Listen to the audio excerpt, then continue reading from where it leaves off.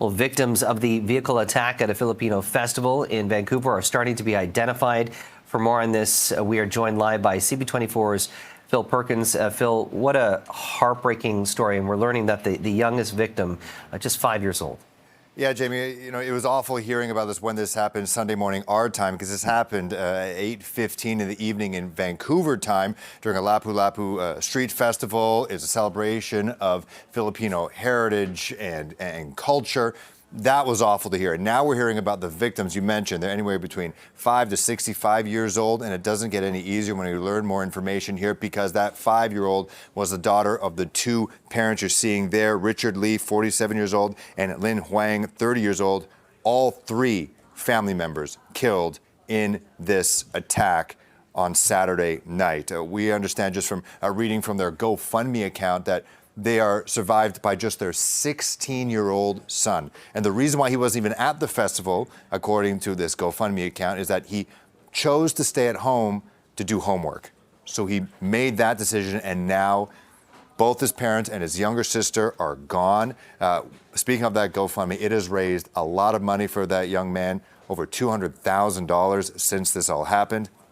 The other victim is a teacher and counselor from the Lower Mainland, Kira Salim. She is at the Fraser River Middle School, and the school has sent out a notice to parents and students. She worked with, junior high, middle school students, and they're obviously very much going to be affected by this loss. On top of the attack itself, they have many supports for those students. Back here, Marilvia Chow reacting to this. She was just at the van attack location just a couple days ago on Yonge Street. We all remember that here in Toronto. Also, Chris Lewis, former OPP Commissioner, public safety expert, also weighed in. Here's what they said.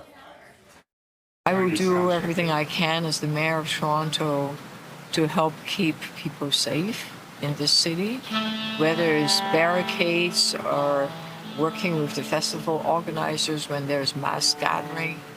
We will keep people safe. Of course, barricades is one thing, also looking at whether we can design better and treating mental health illness as quickly as possible, as effectively as possible. At this point, there's a lot of finger pointing from the public, and I understand that. This is a horrific tragedy. And finger pointing at the police as to why weren't you better prepared. And I really do think that is unfair. The police have a very rigorous process to go through planning around security around different events, and that assessment that occurs looks at a whole pile of different factors, and none of which really dotted I's or crossed T's in terms of the need to really have barricades or dump trucks full of sand and all that sort of stuff at this event. Now, the suspect is Adam Kaijilo. He's 30 years old, from Vancouver, facing 8 counts of second-degree murder. That could change because we understand, Jamie, over 30 people still in hospital with anywhere between serious to life-threatening injuries. And he is still in custody. The case has been put over to May 26. Just the absolute worst. Back to you. Appreciate that update. Thanks, Phil.